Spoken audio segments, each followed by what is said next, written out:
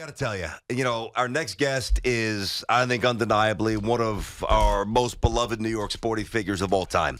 For those of you who were too young to have seen Doc pitch, but you're old enough to remember Linsanity, imagine Linsanity for years rather than for weeks. Because when this guy took the hill in Queens, it was an event.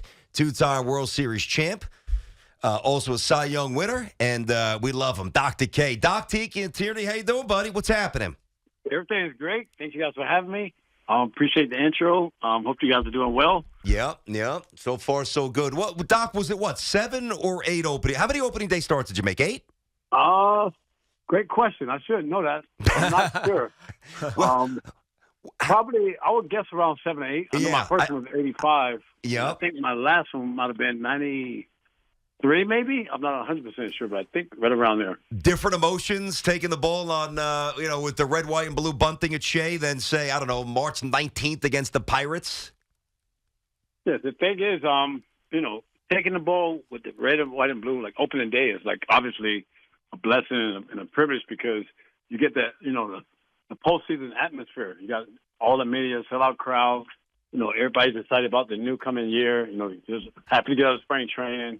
So it's just a great feeling and a privilege to take the ball for the day. Yeah, it's interesting. We're talking about the Mets a lot. We will for the next couple of years, I would believe. But do you feel the energy that your Mets teams had starting to come back for Met fans? And it's all positive energy. There's always energy, but for a lot of seasons, it's been negative energy. Does it feel like it's really shifting to the positive with Steve Cohen now doing all the things that he's done, spending the money, bringing in players that fans desire, I think the team desires? Do you feel this energy as well? Oh, 100%. And no knock against the Whip-Ons, who I thought did a great job as well. But having, Steve Cohen and his group come in, you could tell the energy is switching. And it's more exciting, and the fans definitely deserve that. It's been very tough, for the fans. And obviously now I am a fan of the New York Mets and always will be. And it's just great to see and the buzz that goes around the town, whether you're at a restaurant or at the mall, wherever, you just hear everybody talking about the Mets again. And for years, it was just, the Yankee talk, which is fine too, but everybody's talking about the Yankees. But now the Mets are back. And, you have a great ownership and a guy who understands and wants to win. And I think it's just great, for everybody. And I think it's great for baseball also when the Mets and Yankees, are, contending for, a pennant. And so I'm excited, looking forward to tomorrow. I got my day all planned out, and should be great. And like I said, the excitement is definitely there. Not just a matter of it all coming together and giving the team a chance to win. But the fan base definitely deserve it.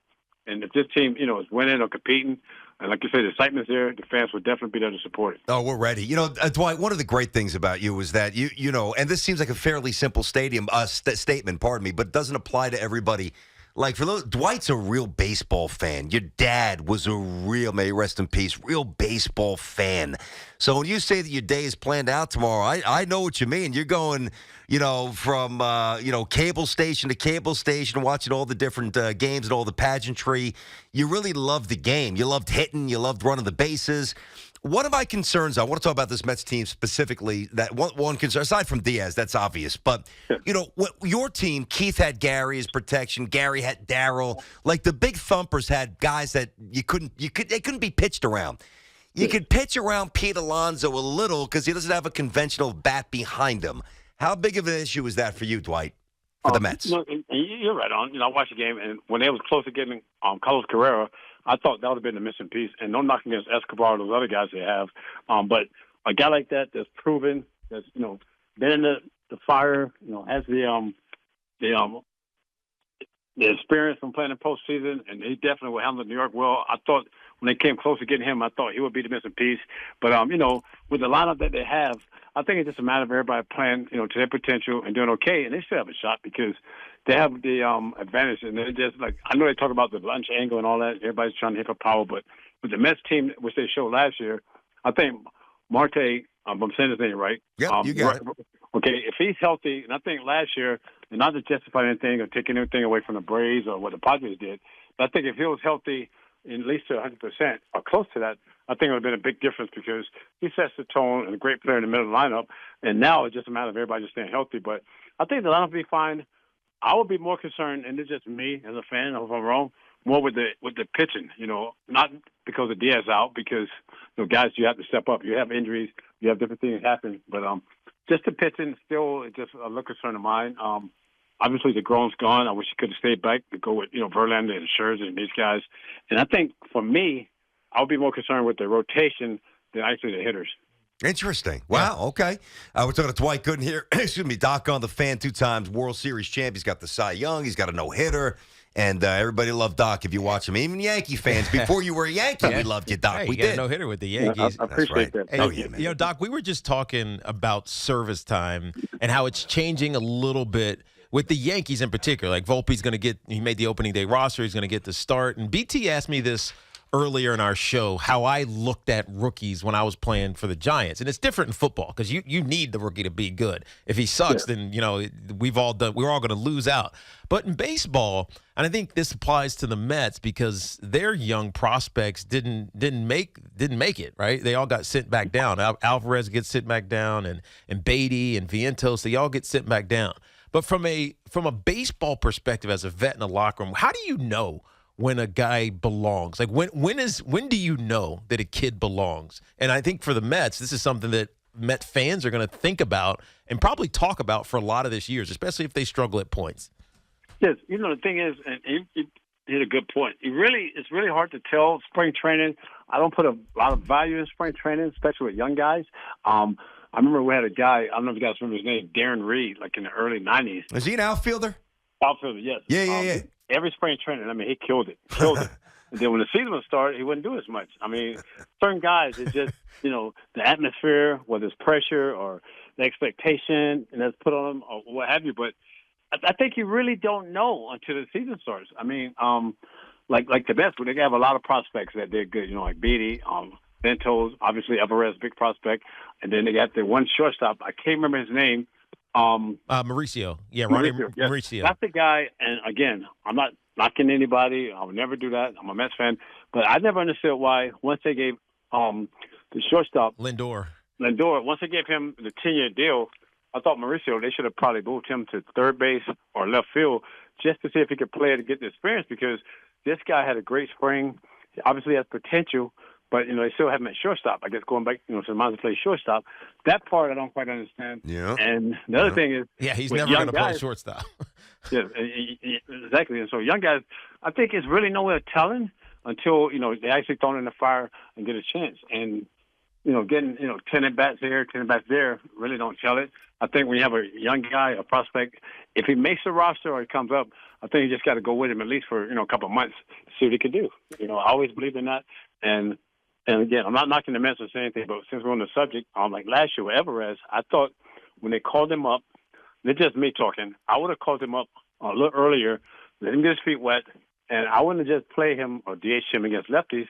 I'll let him play against righties and lefties because if you think about it, in the minor leagues, it's way more right-hand pitchers than left-hand pitchers. And this guy was playing every day in the minors, and that's what he's accustomed to.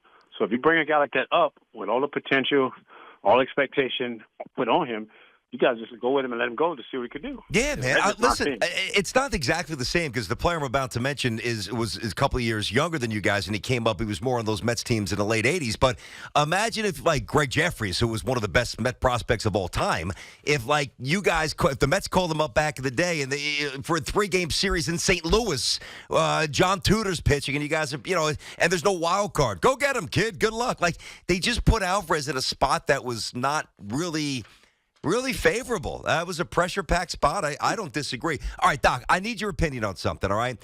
And okay. This is going to determine if this happens moving forward or if it does not. A little backdrop real quick. I'm a Yankees fan born in the 70s. My dad's an old Brooklyn Dodger fan, Brooklyn guy, big Mets fan. All right, went to Mets fantasy camp, all that stuff. Now, he came home with this song, right? Let's start nice and low, okay? I know you know the song. He came home with the album, a little Let's Go, Mets Go. Even as a Yankees fan, I liked the song. I loved the beat. I thought the video was awesome. Come on. Met fans think that I'm trolling them. I'm not. I need Doc Gooden's permission to play this song throughout the summer as a respect to Met fans. But you've got to grant it to me, Dwight. Can we do this? Oh, wow. You put me right on the spot. Obviously, I love that song. It had a lot of meaning to it. We had fun doing it, and like I said, the video was a lot of fun. We had a lot of characters on the team, and why not? I mean, that's what I'm saying. The Mets team now, they have some of the characteristics that we had in '86, so why not? I think it's great. There we go. Bring back a little bit of that. If Nothing it's wrong good with that. enough for Doc, it's good enough for me. Everybody else could go take a hike. How long did it take to shoot that? I remember Joe Piscopo, was that all day? How many hours were you guys at Shea? And by the way, most of you guys probably got in at 9 in the morning from the club that day. Oh, no comment on that. Craziness. Yeah, no comment on that, right? I like that. How long did it take to shoot the video, Dwight? I'm not sure, but probably half of the day. I think it was a night game, if my memory serves me correctly, and we probably got there maybe 1, 2 o'clock. But and plus, you got to understand that doing a video like that, you have a lot of fun. Like you said, we had a lot of characters, a lot of different personalities, and we had fun doing it. But I would just guess off the top of my head, probably 4 or 5 hours, probably. That's a great video. Yeah. I love it. That's a long time. Hey, Doc, you're doing a really cool event, a night with Doc and Mookie. This is at Iona University's graduate program in sports communication and media, which is it's on April 4th, so next Tuesday at the Henry Lecture Hall. You can go check this out and figure out how to get involved with this. But this is I'm talking to the listener now. But what do you expect is questions you're going to get with Mookie and obviously talk about the World Series and probably the current Mets as well? I mean, how exciting is this for you to get back out in front of people? Oh, it's great, and I love doing it. Obviously, with baseball just starting up, and doing it with Mookie, who's a great guy and a great friend still today. And I know for myself, I like to leave it kind of open for all questions, not just baseball, but life in general, everything that's going on, my journey, what I've been through as well. And a lot of times, when I talk to schools or I'm talking to kids, what have you, I always start off talking about baseball, get everybody going, and then I'll switch a lot of times to just talk about life on, life terms, what's going on, the mistakes I made, the things I learned from it, what I'm doing now, and just about basically with me towards off the field stuff is just about turning the mess that I made into messages and hoping nobody has to go through those things because I understand what pain looks like and understand what pain feels like. But also at this time of year with baseball starting up, the Mets going to be exciting, and your Yankees going to be exciting. So I'm sure there'll be a lot of baseball questions as well, and I'm really looking forward to it and just now and talking to young kids. Yeah, you say you're Yankees. By the way, you're a Yankee as well there, buddy. Don't forget. Don't forget about that, Doc. Yeah, I don't hate the Yankees. I like the Yankees as well. I like both. Well, I like all New York teams. You're one of the rare ones. You're one of the rare ones, Doc, that can get away with both, loving both, giving love to both. Teak, I'd say even more rare. He and Straw, one of the few guys that both fan bases love. Yeah, it's true. That's probably the better way to frame it. Doc, I got a question for you. We're talking to the great Dwight Gooden here on the Fantiki and Tierney Show. 1985, which is absolute vintage, Doc, versus 1985, which is absolute vintage Mattingly. Who wins that matchup? Wow, that's a great one. And I wish they would have had interleague play back then. Yeah. You just had, the Governor's Cup where it's spring training, but it was obviously a couple of days before the season, so you didn't get to play your best players. I faced Manley a couple of times in spring training, but obviously you're not really, at your best. He's not his best. But all I remember facing Donnie was when this guy was hitting, even though it was spring training, it always seemed like he was locked in and he knew what was coming. So that would have been a lot of fun. How would you attack him, Doc? What would you? I was just going to ask him that. Right? You go how are you going attacking heat him? with the Lord Charles? Well, how you setting him up? Oh, most definitely. You got to go with that. With 3-2, that was my bread and butter. And back then I only had 2 pitches, but the curveball, the lower charge that you just mentioned, but basically having 2 pitches because I would change speeds with it. I can locate as well. With a guy like Manley, the key would be try to make sure nobody's on base when he came up. So it was no situation where he could really hurt you. But he was definitely one of the best. Yeah. Would you try to paint the outside or would you try to bust him out of the hands at that point? You know what? It depends on the situation of the game. Obviously, baseball or any sport player, you have a lot of ego. And in 85, I don't consider myself cocky, but I did have, big ego, and Gary Carter played a big part of that. So if it was a situation where he couldn't hurt me, I would definitely try to, blow the fastball by him just to see what would happen. By the way, if you guys were playing interleague back then, right? I mean, you got Ricky Henderson, all right? So Doc versus Ricky and, Willie, but then Doc versus Donnie, Doc versus Dave Winfield. Wow, Ron Guidry versus Keith Hernandez, a little lefty. Oh, my God. That was some fun. And it gave you just a hint, just to tell you if I may. I remember, I want to say maybe 92. I'm not sure what year it was, but the Wills in Port St. Lucie and the Yankees at the time, they were still in Fort Lauderdale. And anytime the Mets were playing the Yankees, Sanborn, he did not want to lose to the Mets or Red Sox, and later on to the Tampa Bay Rays. So he brought all these guys, and, it's spring training, but it's a big deal. I'm pitching. Ricky's the first hitter. And I don't see Ricky, like, I guess he's taking his warm-up swing and his bat hits to catch his glove. I don't really see that. I'm thinking when I got ready to throw, Ricky just stepped out and just messed with me. Mm-hmm. So the next pitch, I kind of buzzed Ricky, right? Ooh. And then Ricky ended up hitting a single. And then I found out very quick that's the wrong guy to mess with because 2 pitches later, Ricky was standing on third base. And you had a pretty good pickoff move because you had quick feet. I mean, you're an athlete. You still couldn't keep him close, huh? No, Ricky was the best. I mean, yeah. I remember Ricky telling me one time, Doc, don't bother throwing over here because as soon as you go home, I'm taking off. Oh, man. He had the free. We were talking about that earlier. It doesn't feel like people steal. I mean, they do. They still do steal in Major League Baseball, but nobody had the freedom like Ricky Henderson to basically do whatever he want. If he believed he could get there, he was getting there. Even if analytics in today's game would say, you probably don't want to do that, Ricky, he still was going to go. It was amazing to have a guy like that. That's why he was my favorite player. Oh, no doubt about it. Ricky was definitely one of the best. And him, and I remember watching Vince Coleman. Obviously, I didn't like it playing against Vince because that guy, same thing. One of my weaknesses was holding runners on base. And back then, with the Cardinals team, I mean, it was like a track meet when they played us. So yeah, Lonnie Smith, all those guys, they had no power. You know, Doc, how would you handle the new rules of baseball, particularly the pitch clock, right? Because I think it's an advantage in some, like Scherzer's trying to use it as an advantage to get it over the hitter. But it also can really get and mess with your mind if you're struggling to get a guy out, or say Judge is coming up to the plate. You're like, dude, I don't know how to get this guy out consistently. You sit there and waste time. Before you know it, you got to throw a fastball, and it's over, right? You know, he's hitting that 450 feet. So how are you dealing? How would you deal with the pitch clock? I think now, like, the time is different. So now, with all the analytics and now the catchers, they got the bands, like the quarterback bands on their wrists, and so these guys, they got, like, now even before games, it's like a phone book full of notes and strategies and ways you pitch certain guys. So now you're not really going with your best stuff or trying to attack hitters because pitchers, you're taught to attack hitters until they show you they can hit your stuff, then you make the adjustment. But now with all the analytics and all the notes and all this stuff, so I don't think the pitch clock will make a big difference to the guys now because before the game starts, they already know how they're going to pitch this guy, location, defense. Well, you can't play. I guess you can't play the other field now. They don't have that anymore. You got to play in positions. But now it's totally different. I think it's easier now to make the adjustments for these guys with the pitch clock because you already know how you're going to throw these guys and different things with the strategies. That's true. The defense, how they're going to play these guys already. I mean, you got the wristbands on. Even the fielders have that. Uh-huh. And I hate to see a pitcher, like when he looks in his hat to see what this guy can hit, what he can't hit. So it's different now. Where in my day, it was just myself, the catcher, and the pitching coach went over the scouting report and how you're going to throw these guys. So it would take more time than my time because it depends on what was working and make the adjustments as you go. But I think now, whether they make the adjustments or certain pitchers are working and certain pitchers are not, that's just the way they're going to throw certain guys. So it's probably easier for these guys today to make the adjustments than it would have been back then. And I kind of like it because it speeds up the game. It's true. And pitchers don't have too much time to think because as a former pitcher, a lot of times we outthink ourselves and sometimes we give these hitters too much credit.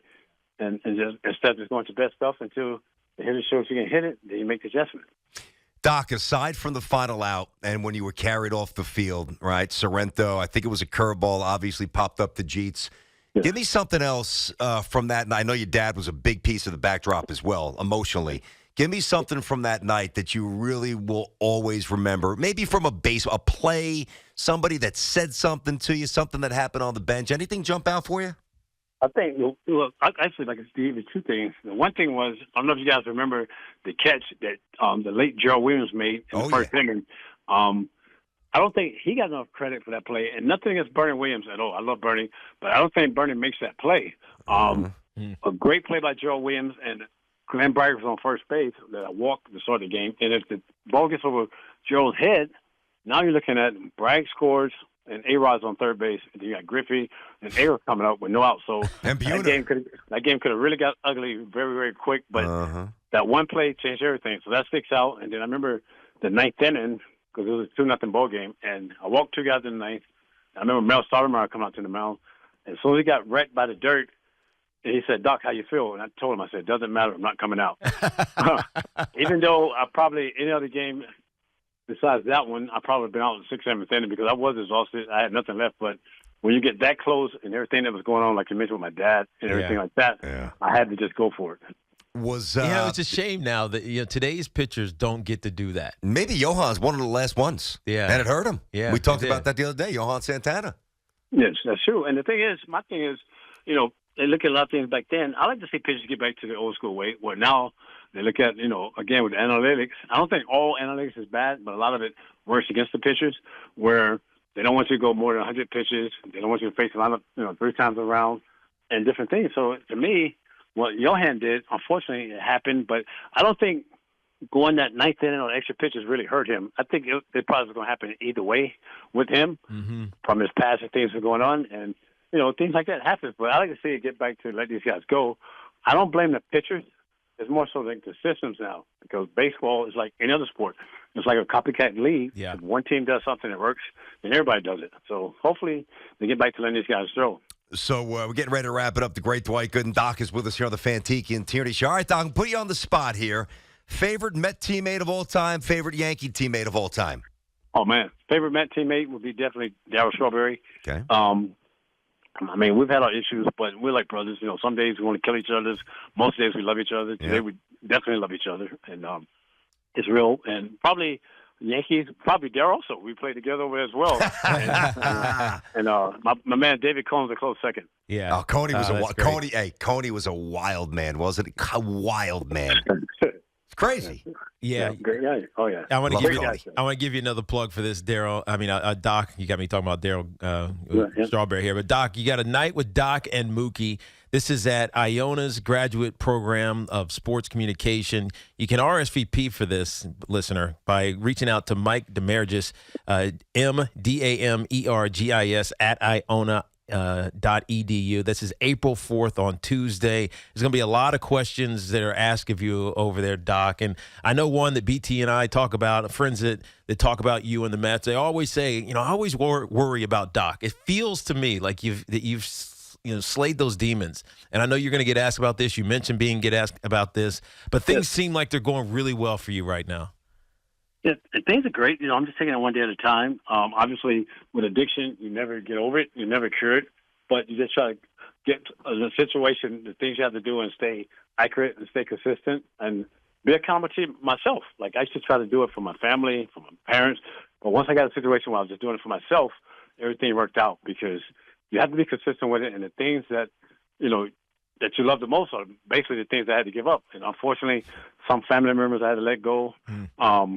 That's just the way it is, because I love myself today. And again, things are going great, but I know at the same time, because I play with a two-headed sword. When things are going great, that's dangerous for me. And when things are going bad, that's dangerous for me. Yeah. So I just try to say, even kill and hang around good people who understand, talk with people who are not going to judge me, and just try to be the same, be the best I can. And like I say, all the mess that I made, I try to turn it into messages, and hopefully nobody had to go through what I had to go through or experience that.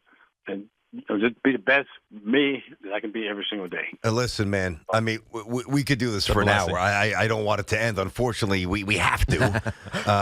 We must. I don't want to. Yeah, and I'm sure our audience, we're blowing through breaks. breaks. Blowing through one of them. The update, we said, screw the update. We ain't doing it, Stock. But listen, and just to echo what Teague said, you do sound good. You do sound, like you have good clarity, great strength, and we're all rooting for you, man. You're one of the few people, and it is a short list, my man, of all-time New York icons that everybody loves. We're always rooting for Doc Gooden. Just know that, dude. You. I appreciate it. That means a lot, and thank you guys for the kind words, and thank you guys so much for having me. There you go. Appreciate the doctor's you, Doc. in the house.